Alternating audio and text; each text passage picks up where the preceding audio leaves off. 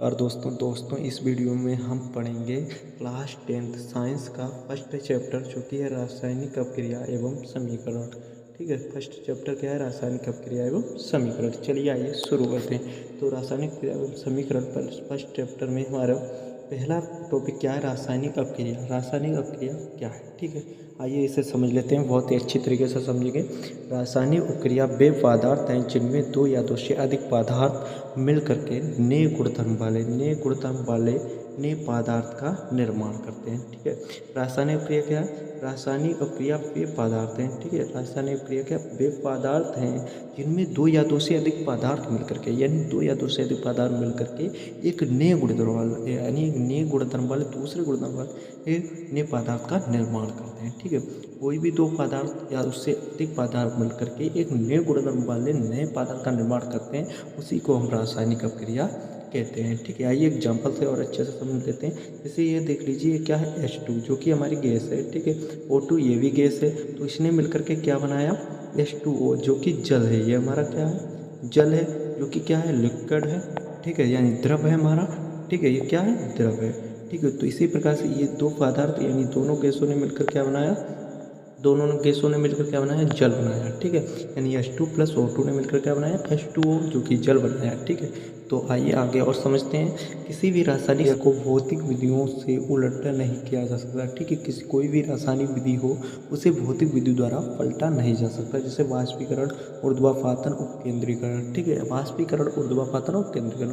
इसमें क्या होता है कि कोई भी आपने रासायनिक अपक्रिया की उसे दोबारा पलटा नहीं जा सकता। जिसे पहले जैसी थी उसे पहले जैसा नहीं बनाया जा सकता है। ठीक है, तो चलिए आगे और समझ लेते हैं रासायनिक अपक्रिया के उदाहरण। ठीक है, रासायनिक अपक्रिया के उदाहरण कौन कौन से, इन्हें हम समझ लेते हैं। ठीक है, भोजन का पकना, ये भी रासायनिक अपक्रिया का उदाहरण है। ठीक है, श्वसन, ये भी रासायनिक अपक्रिया का उदाहरण। दूध से दही बनना, ये भी रासायनिक अपक्रिया का उदाहरण है। मैग्नीशियम रिबन को वायु में जलाने पर मैग्नीशियम ऑक्साइड का बनना, ये भी रासायनिक अपक्रिया का उदाहरण है। ठीक है, ये भी किसका? रासायनिक अपक्रिया का उदाहरण है। ठीक है, अब हम देख लेते हैं रासायनिक अपक्रिया के दौरान होने वाले परिवर्तन को। ठीक है, रासायनिक अपक्रिया के दौरान कौन कौन से परिवर्तन होते हैं? ठीक है, अवस्था में परिवर्तन। ठीक है, अवस्था में परिवर्तन कैसे? जैसे कि समझ लीजिएगा, कोई ठोस है। ठीक है, ठोस से किसमें? लिक्विड में बदल जाना। ठीक है, यानी सॉलिड से लिक्विड में बदल जाना, ठोस से द्रव में बदल जाना। ठीक है, गैस में बदल जाना। ऐसे क्या होते हैं? अवस्था में भी परिवर्तन होता है। ठीक है, रंग में भी परिवर्तन होता है। जब हम रासायनिक अपक्रिया कराते हैं तो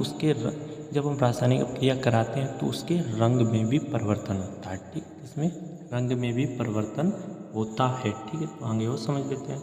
ठीक है, तापमान में परिवर्तन। ठीक है, तापमान में परिवर्तन, जब हम रासायनिक अपक्रिया कराते हैं तो उसका टेम्परेचर बढ़ भी सकता है और घट भी सकता है। ठीक है, रासायनिक अपक्रिया कराते हैं उसका टेम्परेचर क्या हो सकता है? बढ़ भी सकता है और घट भी सकता है। ठीक है, तो तापमान में कोई परिवर्तन होता है। ठीक है, गैस में भी उत्सर्जन होता है। ठीक है, चलिए कारक। ठीक है, अभिकारक को समझ लेते हैं। अभिकारक क्या होते हैं? अभिकारक ऐसे पदार्थ को कहते हैं जो रासायनिक अपक्रिया में भाग लेते हैं। ठीक है, अभिकारक किसे कहते हैं? ऐसे पदार्थ को कहते हैं जो रासायनिक अपक्रिया में भाग लेते हैं। ठीक है, उत्पाद किसे कहते हैं? उत्पाद ऐसे पदार्थ को कहते हैं जिसका निर्माण होता है। उत्पाद किसे कहते हैं? उत्पाद ऐसे पदार्थ को कहते हैं जिसका निर्माण होता है।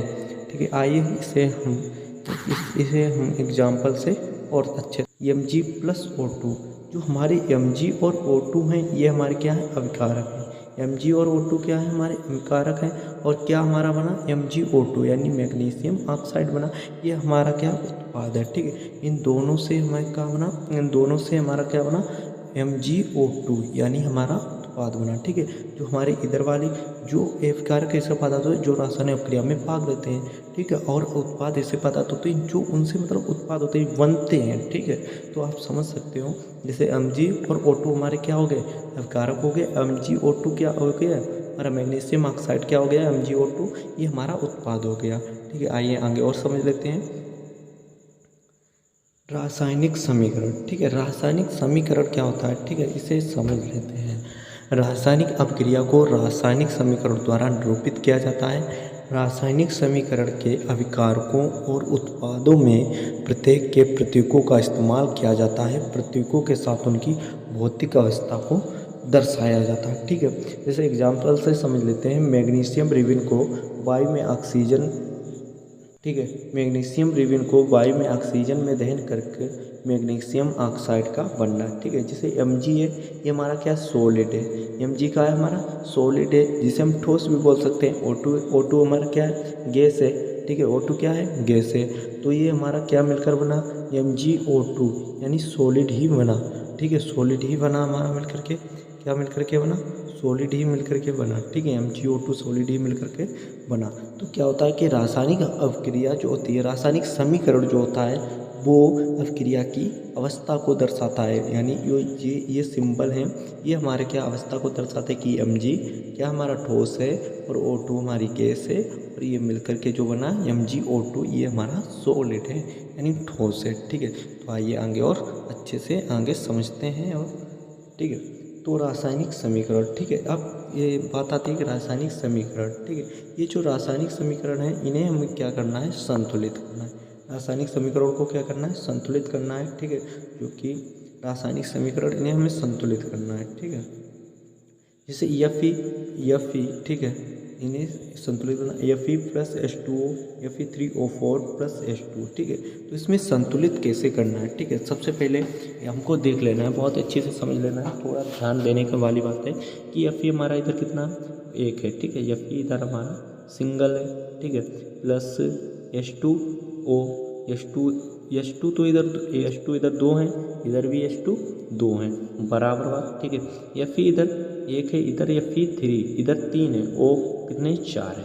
ठीक है, तो आपको क्या करना होगा, Fe हमको 3 करना होगा, तो 3 से यहाँ पर गुणा कर देना है हमको। ठीक है, 3 से हमको गुणा कर देना है, 3Fe हो जाएगा, प्लस H2O, इधर H2 2 है, इधर H2 2 है, लेकिन O कितने, 4 हैं, इधर O कितने, 4 है। तो जब हम O को हमें कितना बनाना है, 4 बनाना है। ठीक है, तो 4 से मल्टीप्लाई करके H2O, ठीक है, और मतलब गुणा तो पूरे में होगा। ठीक है, तो हमारा 4H2O बन गया। ठीक है, अब इधर आ जाते हैं, बाद में देख लेते हैं। Fe3, तो हमने तो Fe3 बना ही दिया इधर।